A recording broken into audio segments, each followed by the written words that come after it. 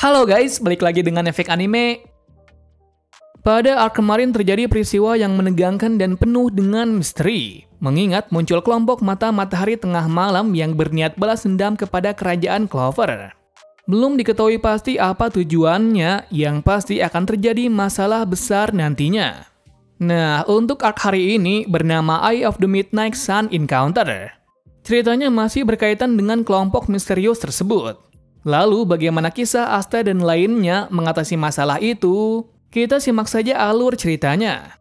Tapi sebelum kita menuju topik utama, jangan lupa untuk klik subscribe dan nyalakan lonceng notifikasinya agar selalu mendapatkan update seputar alur cerita anime dari kami. Dan berikut alur cerita Black Clover Arc Eye of the Midnight Sun Encounter versi Efek Anime.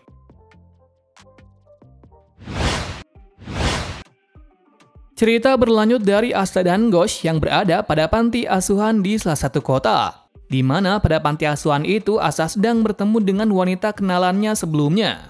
Begitu pula kedatangan dari Ghosh adalah mengunjungi Mary. Tadi sangkanya pula, Mary jugalah bagian dari panti asuhan ini. Melihat Asta yang sangat akrab dengan Mary, Ghosh sangat marah, mengingat dia mempunyai sifat siskon. Untungnya, pertengkaran itu terhenti dari seorang sister. Entah apa masalah dari Ghosh dan sister yang pasti mereka selalu bertengkar tentang masalah kecil. Apalagi raut muka dari sister tampak mengerikan. Meski demikian dia sangat akrab dengan anak-anak. Singkat cerita saat bermalam di situ ada keanehan yang terjadi. Yakni semua anak panti asuhan tiba-tiba saja menghilang. Yang ternyata semua anak tersebut menuju ke suatu pegunungan setelah dikendalikan oleh seseorang. Sementara Asta yang kebingungan dengan kedatangan dari Noel pun terkejut karena sebelumnya dia tidak mengajaknya. Selanjutnya, Sister mengungkapkan kalau kemungkinan anak-anak telah diculik oleh seseorang, mengingat beberapa hari lalu terjadi hal beginian. Tentu saja Ghosh yang sangat marah mencoba melakukan sesuatu, tapi sayang sekali kekuatan sihir cerminnya itu tak terlalu berguna pada kondisi malam salju ini. Singkat cerita setelah lama persiapan, Sister, Ghosh dan Asta pergi menelusuri satu pegunungan yang mencurigakan. Sementara bagian dari Noel adalah melindungi semua orang yang ada pada panti asuhan ini. Noel yang tidak ingin terjadi apa-apa pun menghubungi kesatria sihir terdekat untuk mengantisipasi hal yang tidak diinginkan. Karena dia merasa kalau firasatnya kalau masalah ini akan sangat berbahaya. Di samping itu, diperkenalkanlah orang yang mengendalikan semua anak panti asuhan. Dia bernama Negi. Yang ternyata di balik itu semua ada orang lagi yang bernama Baro. Tujuan dari Baro mengumpulkan semua anak adalah untuk mengambil sihir dari mereka dengan cara menggunakan suatu alat yang misterius. Sedangkan dalam sudut Asta akhirnya berhasil menemukan tempat itu setelah melihat anak yang terluka. Mengejutkannya saat itu, Caesar memiliki kekuatan penyembuhan yang luar biasa cepat. Dengan begini pula mereka bisa menghenti dari masalah ini. Singkat cerita setelah beberapa usaha yang dilakukan oleh Ghosh, Asta berhasil menjatuhkan Boro dengan sekejap. Meski masalah ini telah selesai, ada suatu masalah besar lagi, yakni kesadaran dari anak-anak belum kembali. Untungnya, dengan kekuatan anti-sihir dari Asta, anak-anak pun terselamatkan. Di situ juga terungkap kalau Sister mengenal Sister Lily, yang artinya dahulu sebelum berada pada desa Hedge, Lily juga pernah bekerja di sini. Tetapi kesenangan itu terhenti atas datangnya kelompok mata matahari tengah malam yaitu Sally dan Valtos. Yang tak lain mereka adalah dalang di balik semua ini. Bahkan hal itu pula terjadilah pertarungan di sana. Mengejutkannya di sana, Asta dan lainnya mengalami masalah mengingat kekuatan dari Sally seperti jelly yang berbentuk seperti salamander. Namun yang paling mengejutkan di situ adalah kekuatan dari Sister. Di mana di balik kekuatan penyembuhan itu dia mempunyai sihir api yang kuat. Bahkan dengan sekali serang saja, salamander dari Sally bisa dihancurkan. Nah, kenapa bisa sekuat itu? Lantaran dirinya dulu adalah kesatria sihir yang pernah mengajari kakak dari Fulgolion. Dikala pertarungan itu, Sally menyuntikkan sesuatu ke tubuh dari Baro. Entah kekuatan sihir apa yang digunakan, yang pasti tak lama kemudian muncul sosok raksasa aneh seperti lendir berwarna coklat. Buruknya di situ, monster itu menyerang tanpa pandang bulu. Hal itu bisa terlihat dari monster itu yang menyerang Negi. Beruntungnya dalam waktu yang tepat Asta berhasil menyelamatkannya. Sedangkan dalam sisi yang genting itu, Ghosh pergi membawa kabur Mary sendirian. Alasannya melakukan hal itu ialah karena keselamatan dari Mary saja. Nah, sifat dari Ghosh yang seperti ini adalah karena masa lalunya yang sangat kelam dari kerajaan Adlai. Entah apa yang terjadi waktu itu, yang pasti keluarganya telah dijebak oleh orang lain agar kerajaannya bisa diambil alih. Sejak dari situ, Ghosh selalu mementingkan kebaikan Mari daripada orang lain, mengingat hanya dia saja yang ia punya. Sampai suatu ketika karena suatu kejadian, akhirnya dia dipenjara dan mendekap selama beberapa lama. Sebab dari itu sampai saat ini dia tidak mempedulikan orang lain. Kembali pada pelarian tersebut, yakni tiba-tiba saja Mari memarahinya karena kakaknya melakukan sesuatu yang egois. Mari mengatakan kalau seseorang itu saling terhubung. Berkat hal itu juga dia bisa hidup sampai saat ini. Maka dari itu ia memintanya untuk menyelamatkan yang lain juga. Mendengar langsung dari adiknya itu, mau tidak mau Ghosh langsung kembali lagi. Sayang sekali, meski dengan bantuan dari kekuatan dari Ghosh, monster itu bisa beregenerasi dengan cepat. Akan hal itu membuat Ghosh menjadi putus asa. Tetapi ketika Asta mengatakan kalau dia akan bertarung dengannya pun menjadi bersemangat. Mengingat Yami pernah berkata kalau suatu saat ada yang membuat hatinya bergerak. Yakni sihirnya itu berasal dari cerminan matanya yang bisa membuat Asta menjadi banyak dengan kekuatan yang sama. Dengan demikian, dengan pedang yang bisa menyerap sihir, Asta bisa mengalahkan monster itu beserta Sally sekalipun. Usai masalah itu, tiba-tiba saja Negi diserang oleh sihir cahaya. Tak lain yang menyerangnya adalah Lich, pemimpin dari kelompok Mata Matahari Tengah Malam. Buruknya di sini, dengan sekejap saja Sister dan Ghosh langsung terluka parah atas serangan itu. Mengejutkannya lagi, Grimoire dari Lich sama seperti Yuno, yakni semanggi berdaun 4. Waktu itu pula, Lich mengatakan hal aneh seperti yang kuat telah disisihkan. Entah apa masalahnya itu, yang pasti dia akan membalaskan dendam kepada kerajaan Clover. Asta yang mendengar hal itu hanya kepingan saja, tapi dia juga tidak bisa menyerang karena kekuatan sihirnya sangat kuat. Untung saja Yami yang dipanggil oleh Seike berhasil menyelamatkan Asta di saat terdesak. Tentunya Asta terkejut dengan kedatangan dari Yami, lantaran hari ini adalah hari libur. Kemudian Asta menjelaskan kalau lawannya kali ini adalah bos dari Mata Matahari Tengah Malam. Tahu akan hal itu, Yami meminta Ventral untuk membawa Ghosh beserta nenek tua itu ke tempat yang aman. Dengan hal itu pula dimulailah pertarungan antara Yami dan Lich. Nah, di sini dilihatkan gaya bertarung dari Komandan Benteng Hitam, yakni Yami menggunakan senjata yang dipadukan dengan sihir kegelapannya. Sebab dari itu dia bisa dengan mudah menangkis semua serangan dari Lich. Mengejutkannya di sini Yami bukan hanya kuat, tetapi dia bisa mengatasi kecepatan cahaya dengan menggunakan Ki. Diketahui Ki adalah kekuatan yang berasal jika si pengguna menggunakan seluruh inderanya untuk merasakan sihir musuh dalam waktu yang singkat. Dalam pertarungan itu juga terungkap sedikit keluh kesah dari Lich. Diketahui pada masa ribuan tahun yang lalu ada sekelompok yang didiskriminasi oleh manusia karena memiliki mana yang sangat besar.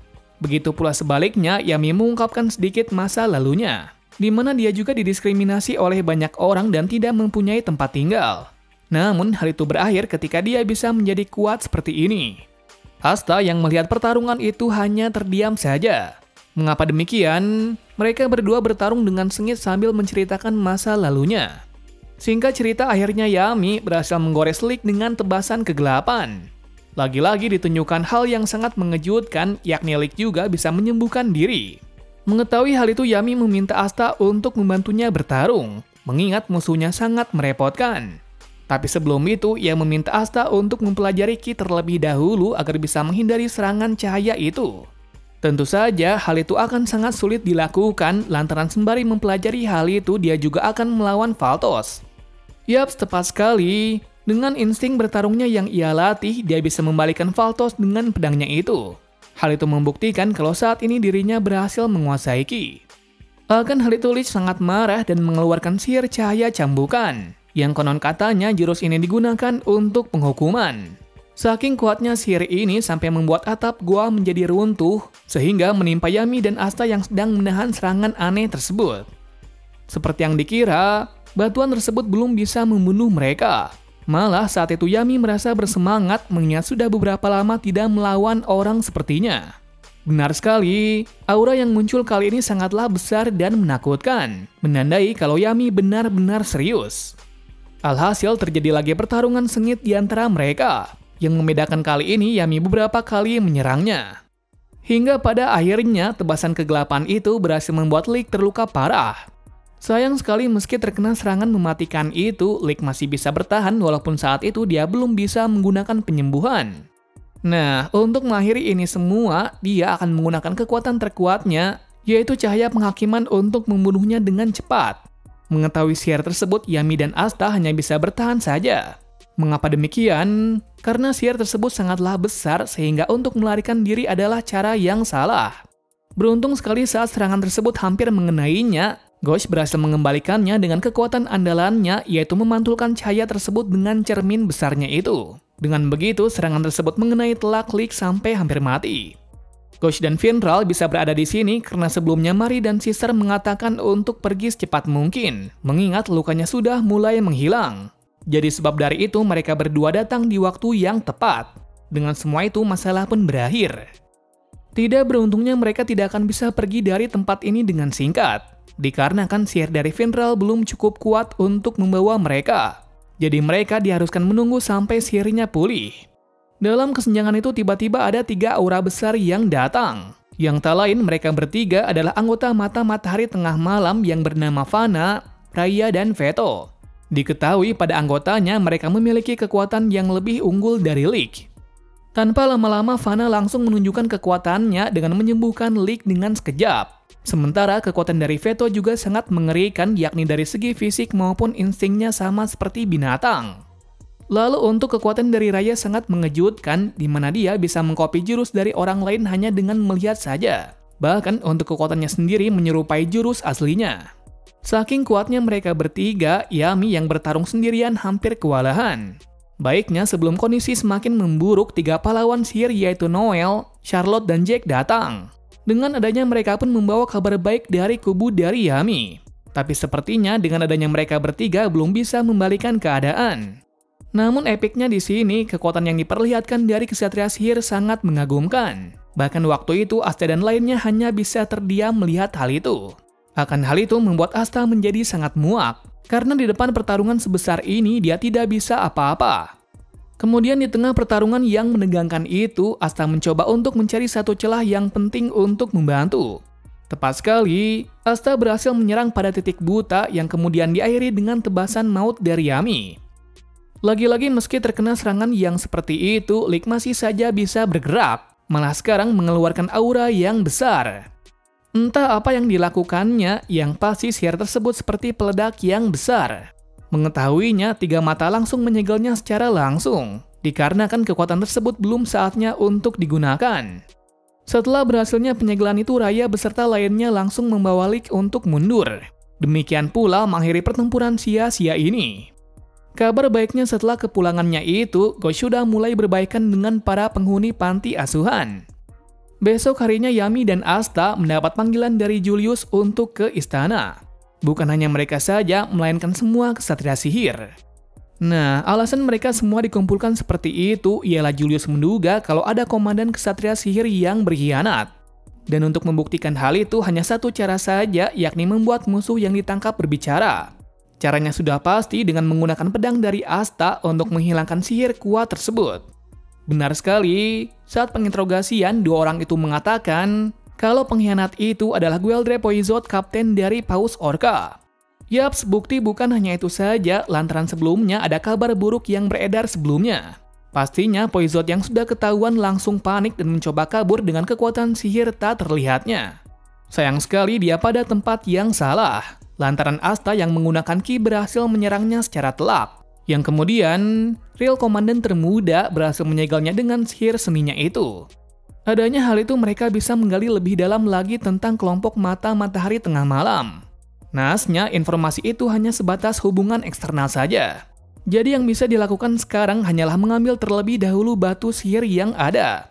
Jika hal itu bisa dilakukan, maka rencana dari Lick pasti akan terhenti.